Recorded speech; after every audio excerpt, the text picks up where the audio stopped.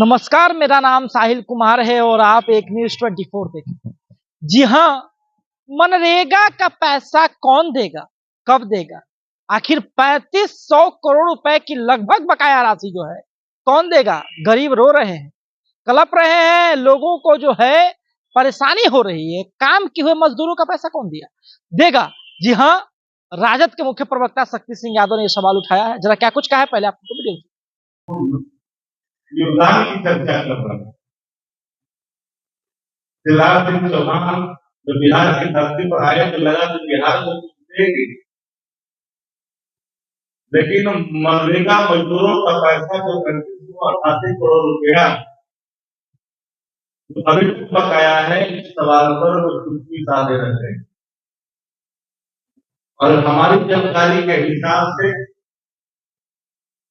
सभी जिले में 18 दिसंबर 2024 के बाद मनरेगा मजदूरों का एक भी पैसा भुगतान नहीं किया गया है।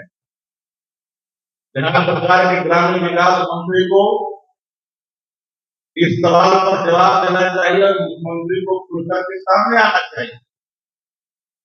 डबल इंजन की सरकार जो बार बार ये कहती है कि बिहार को हम हर संभव सहयोग करते हैं, सहायता देते हैं, तो मजदूरों का पैसा, कामगारों का पैसा जो हैंड टू माउथ है, जो कमाता खाता परिवार है, उनके पैसा पर कुंडली मार करके भारत सरकार बैठी है और मुख्यमंत्री नीतीश कुमार जी अचेत अवस्था में चुपचाप बैठे हैं।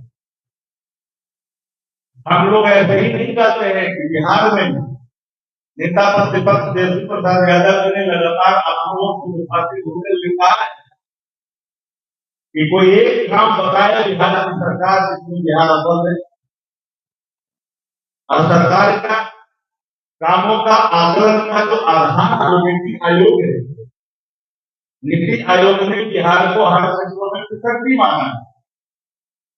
चाहे वो शिक्षा का क्षेत्र हो, ड्रॉपआउट का सवाल हो, पलायन का सवाल हो, जो पोर्टल पर भारत सरकार के पोर्टल है, उससे वास्तविक आंकड़े 3 करोड़ बिहारियों के पलायन है। 14 करोड़ वाला आबादी वाला बिहार, जहां पर पलायन 3 करोड़ रिकॉर्ड के अंदर में भारत सरकार के मुद्दों पर है। जबकि कुछ ऐसे आंकड़े हैं जिसको पोर्टल पर नहीं डाले गए, तो लगभग 4 करोड़ से ऊपर की आबादी बाहर जाकर के काम कर रहा है। फिर हमारा बिहार वहां 20 वर्षों से जो सत्ता का रसवादन कर रहे हैं, भ्रष्टाचार सबके भरा हुआ है। 3 पैसे के लिए काम नहीं होते, मनरेगा मजदूर का ही पैसा दिया जाता है प्रखंड मुख्यालयों में।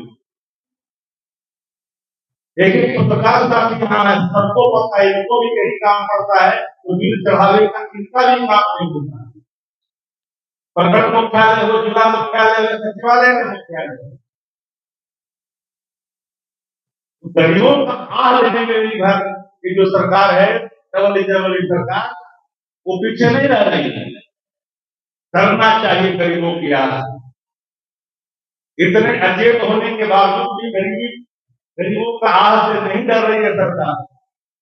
भूल जाती है रहीम की युक्तियों को कि रहे मरिया गरीब का कभी बन जाए, मरी पाल की सांस के लौट बन गई।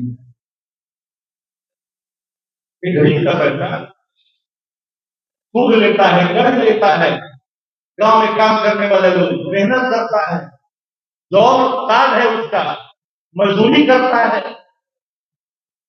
एक महीना सैलरी किसी का रुक जाता है तो घर का जो किचन का व्यवस्था वो बिगड़ जाता है। अब दिसंबर से लेकर के हमारे अप्रैल के महीने में 3588 करोड़ रुपया अभी तक जो बकाया है, उसका कोई पत्राचार का ही पता नहीं है। एक गरीब विरोधी सरकार, मजदूर विरोधी सरकार जो बिहार में सिर्फ धन्ना सेठों के लिए काम कर रही है, स्वतंत्र अधिकारी जो रिटायर हैं, उनके घरों आतंक राज चल रहा है। सुप्रीम कोर्ट ने कहा जंगल राज भले ही कलेक्टर स्टेट हो या ना हो, लेकिन सुप्रीम कोर्ट की टिप्पणी है। बिहार के मामले में पटना नगर निगम के खास सेक्टर के बारे में बोला गया तो बिहार के लोगों ने ठप्पा लगाया, क्योंकि भाजपा के ही मेयर थे उस समय। तो सरकार के काम संभालने पर सवाल नहीं था, लेकिन आज एक गरीब विरोधी और मजदूर विरोधी सरकार और भारत सरकार के मंत्री ये दोनों को जो डिप्टी सीएम जो पीछे पीछे चलते हैं, 1 नंबर का डिप्टी सीएम और 2 नंबर का डिप्टी सीएम, मुंह में नहीं जमा हुआ है कि 35-88 करोड़ रुपया भारत सरकार के पास बचा हुआ, तो जाकर जाए परसों करें, डिमांड नहीं होगा पैसा, खाली फोटो सेशन कराएंगे, एक घंटे हमारे ले जाकर के कराएंगे, सोशल मीडिया पर लिखेंगे, इसका निदान कैसे होगा? आपका भी परिवार होगा, मेरा भी परिवार होगा, हर का परिवार अपने नहीं है, कई ऐसे परिवार है वो भी मनरेगा मजदूर है, उसके भी जॉब कार्ड है। अब गांव में चले जाइए, त्राहिमाम मचा हुआ है, पंचायतों के मुखिया में त्राहिमाम मचा हुआ है, लोग घर गिरवी रखना शुरू कर दिए, कर्ज लेना सूद लेना शुरू कर दिया है, ईटा वाला का पैसा, गिट्टी वाला का पैसा, छड़ वाला का पैसा, काम करने वाला का पैसा, सबका पैसा बकाया लेकर करके इतना सूद भर रहा है, और 3588 करोड़ रुपया का गुदली मार के भारत सरकार गरीबों का पूरा सूरत बिगाड़ने में लगी है। हम तो आग्रह करेंगे कि इन खबरों को प्रमुखता से आप लोग जरूर दिखाएं, क्योंकि राज्य के हित का सवाल है, गरीबों का सवाल है। अपराध पर तो सरकार चुप्पी छा देना चाहिए, ये सरकार अपराधियों का भी जाते ढूंढने लगेगी। मुझे हैरानी होती है कि AK-47 लहराया गया, कोई मोकामा में STF का जवान दौड़ करके नहीं गया।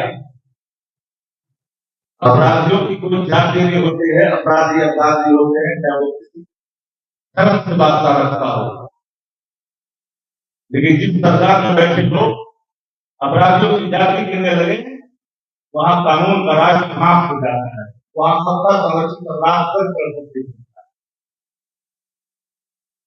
आम आदमी FIR करता है, बूढ़ भागते रहता है, FIR में दौड़ते रहता है, लेकिन जैसे ही मामला जब आता है कि पोलिटिकल फाइलिंग मिल सकता है सत्ता संस्थानों को, मानो पूरी मशीनरी सक्रिय हो जाती है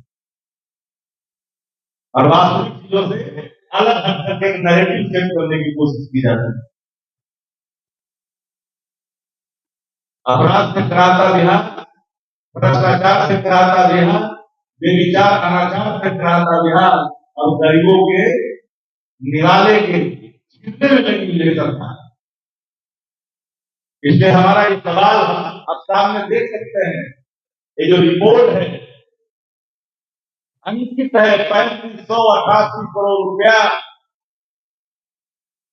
भारत सरकार ने रोक के रखा है गरीबों का।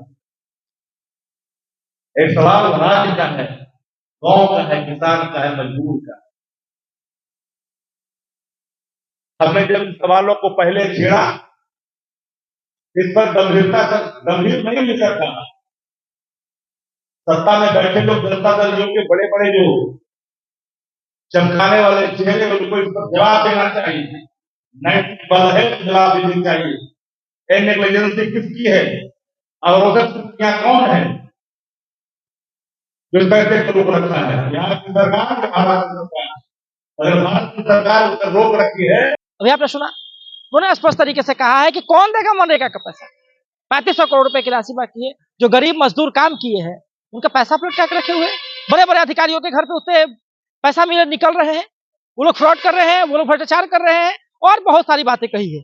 आपको बता दें कि पलायन को लेकर उन्होंने कहा है कि जो सरकारी आंकड़े हैं वो ये कहते हैं कि 14 करोड़ बिहार के लगभग जनसंख्या में से लगभग 3 करोड़ लोग जो है पलायन कर रहे हैं, यहाँ कहीं और जाकर के रोजगार कर रहे हैं। तो ये कैसे भी जो है बिहार की चीज, कितनी विडंबना की बात है, बिहार कैसे विकास कर रहा है, और बहुत सारी बातें कही है, आपने बकायदा सुना। आप क्या समझते हैं? प्रतिक्रिया में कमेंट बॉक्स में जरूर दें। फिलहाल का धन्यवाद। आप एक नेशन रिपोर्ट देखते हैं।